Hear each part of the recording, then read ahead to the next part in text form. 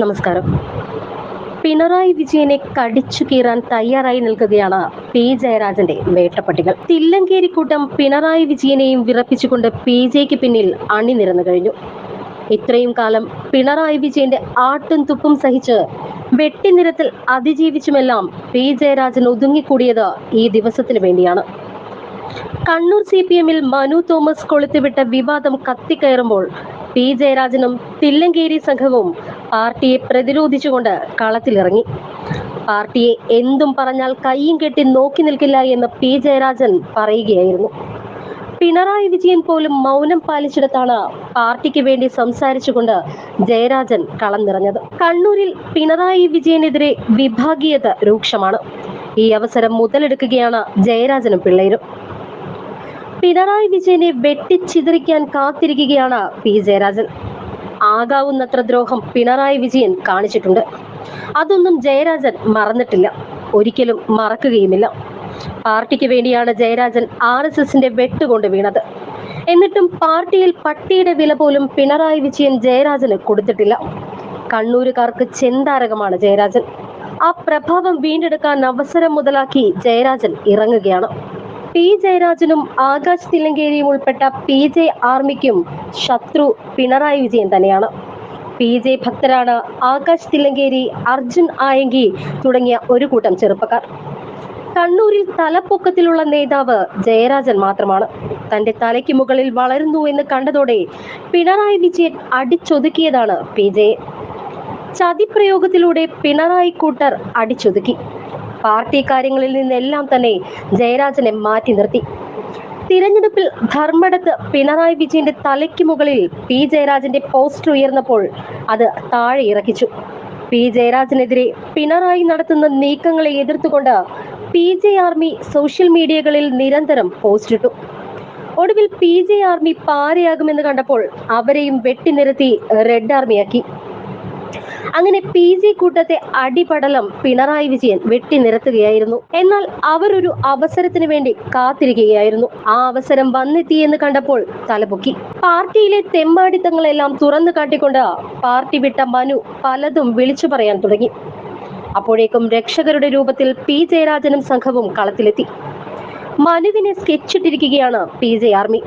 പാർട്ടിക്കെതിരെ എന്തും വിളിച്ചു പറയാൻ പറ്റില്ല എന്ന് ബോധ്യപ്പെടുത്താൻ വലിയ സമയം വേണ്ട എന്നും കൂടെയുള്ളവർക്കും മാധ്യമങ്ങൾക്കും സംരക്ഷിക്കാൻ കഴിഞ്ഞു എന്ന് വരില്ല എന്നുമാണ് ആകാശ് തില്ലങ്കേരി മനുവിനെ കൊല വിളിച്ചുകൊണ്ട് പറഞ്ഞത്. ആകാശിന് പൊള്ളിയത് മനു പാർട്ടിയെ പറഞ്ഞതിനല്ല, പി ജയരാജനെ പറഞ്ഞതിനാണ്. അതായത് മനുവിനെതിരെ ജയരാജൻ ഫേസ്ബുക്കിൽ കുറിപ്പിട്ടു. അതിന് മറുപടിയുമായി മനുവും കുറിപ്പിട്ടു. ജയരാജനെ പൊളിച്ചടുക്കിക്കൊണ്ടുള്ളതായിരുന്നു മനുവിന്റെ ആ കുറിപ്പ്. അതുകൊണ്ട് തന്നെയാണ് ആകാശിന്റെ കൊലവിളി. കണ്ണൂരിൽ ഇപ്പോൾ ശരിക്കും സ്ഥിതി എന്താണ് എന്ന് ചോദിച്ചാൽ TP കൊല്ലപ്പെടുന്നതിന് മുൻപ് എന്തായിരുന്നോ അത് തന്നെ. PJയുടെ വേട്ടപ്പട്ടികൾ മനുവിനെ തീർക്കാൻ ഇറങ്ങി എന്നാണ് സംസാരം. എന്തോ ഒന്ന് സംഭവിക്കാൻ പോകുന്നു എന്ന ഭയത്തിലാണ് കണ്ണൂരുകാർ. ആകാശിന്റെ കമന്റ് അത്തരത്തിൽ തന്നെയാണ്. കൂടെയുള്ളവർക്ക് സംരക്ഷിക്കാൻ കഴിഞ്ഞു എന്ന് വരില്ല എന്നാണ് ആകാശിന്റെ കൊലവിളി. നമുക്കറിയാം, ഷുഹൈബ് വധക്കേസിലെ പ്രതിയാണ് ആകാശ് തില്ലങ്കേരി. ജയിലിനകത്ത് പോലീസിനെ തല്ലിച്ചതച്ചവൻ, പക്ക ക്രിമിനലാണ്, തറ ഗുണ്ട. ഇവനെയൊക്കെ വളർത്തുന്നതോ പി ജയരാജനും. പിണറായി വിജയനെതിരെയും CPM-നെതിരെയും ആകാശ് തില്ലങ്കേരി പലകുറി വെല്ലുവിളി നടത്തിയിട്ടുണ്ട്. കൊട്ടേഷൻ ആഹ്വാനം ചെയ്തവർക്ക് സഹകരണ സ്ഥാപനങ്ങളിൽ ജോലി, നടപ്പാക്കിയവർക്ക് പട്ടിണിയും പടിയടച്ച് പിണ്ടം വെക്കലും. CPM ഇവരെ കൊണ്ട് ചെയ്യിച്ച പലതും വെട്ടിത്തുറന്ന് പറയുമെന്ന് ഭീഷണി ഉയർന്നപ്പോഴാണ് പിണറായി വിജയൻ ഒത്തുതീർപ്പിനായി ഗോവിന്ദനെ കണ്ണൂരേക്ക് അയച്ചത്. എന്നിട്ടും നടക്കാതെ വന്നതോടെ ആകാശിനെ കാപ്പ ചുമത്തി അകത്താക്കി. പി ജയരാജന്റെയും തില്ലങ്കേരി സഖാക്കളുടെയും കണ്ണിലെ കരട് പിണറായി വിജയനാണ്. പിണറായിസം അവസാനിച്ചാൽ മാത്രമേ ഇവർക്ക് തലപൊക്കാൻ കഴിയൂ. ലോക്സഭാ തിരഞ്ഞെടുപ്പ് കഴിഞ്ഞതോടെ പിണറായി പ്രഭാവം ഏറെ മങ്ങിപ്പോയി. കണ്ണൂരിൽ പിണറായി വിജയന്റെ കുടുംബത്തിന് നേരെയും ആരോപണം വന്നു. പിണറായി അടിമുടി പ്രതിരോധത്തിൽ നിൽക്കുമ്പോഴാണ് മനു CPM-ന് നേരെ പൊട്ടിച്ചത്. പിണറായിക്ക് വായടഞ്ഞു. അവിടെ കയറിക്കളിച്ച് പി ജയരാജനും സ്റ്റാറായി. അരങ്ങത്തേക്ക് തില്ലങ്കേരി സഖാക്കളെയും ഇറക്കി. സംഗതി കൈവിട്ടുപോയി എന്ന് പാർട്ടി സെക്രട്ടറി MV ഗോവിന്ദന് മനസ്സിലായി എങ്കിലും ഒന്നും ചെയ്യാൻ സാധിച്ചില്ല. ആകെ ചെയ്യാൻ കഴിയുന്നത് പി ജയരാജനെയും കൂട്ടരെയും വിമർശിക്കുക എന്നത് മാത്രമാണ്. അത് കൃത്യമായി ചെയ്യുന്നുണ്ട് താനും. പി ജയരാജൻ കയറി ഗോളടിച്ചതോടെയാണ് ഗോവിന്ദൻ ഇടപെട്ടത്. മനുവുമായി ജയരാജനും സംഘവും വെല്ലുവിളി നടത്തിയത് ശരിയായില്ല എന്നാണ് പാർട്ടിയിലെ വിമർശനം.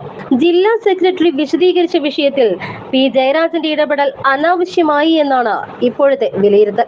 കൊട്ടേഷനും സ്വർണ്ണക്കടത്തിനും പാർട്ടിയെ മറയാക്കുന്നവർ പാർട്ടിയുടെ ഔദ്യോഗിക ആളുകളായി സമൂഹ മാധ്യമങ്ങളിൽ പ്രത്യക്ഷപ്പെട്ടത് അന്നത്തെ ജില്ലാ സെക്രട്ടറി പി ജയരാജന്റെ ആശീർവാദത്തോടെയാണ് എന്ന് മനു തോമസ് ആരോപിച്ചിരുന്നു. ഇതിന് മറുപടി എന്നോണമാണ് അടിസ്ഥാനരഹിത ആരോപണങ്ങൾ ഉന്നയിച്ചതിന് മനുവിനെതിരെ കേസ് കൊടുക്കുമെന്ന് പറഞ്ഞുകൊണ്ട് പി ജയരാജൻ വിവാദത്തിൽ കക്ഷി ചേർന്നത്. ഇതോടെ മനു തോമസ് കൂടുതൽ കടുത്ത ആരോപണങ്ങളുമായി രംഗത്തെത്തി.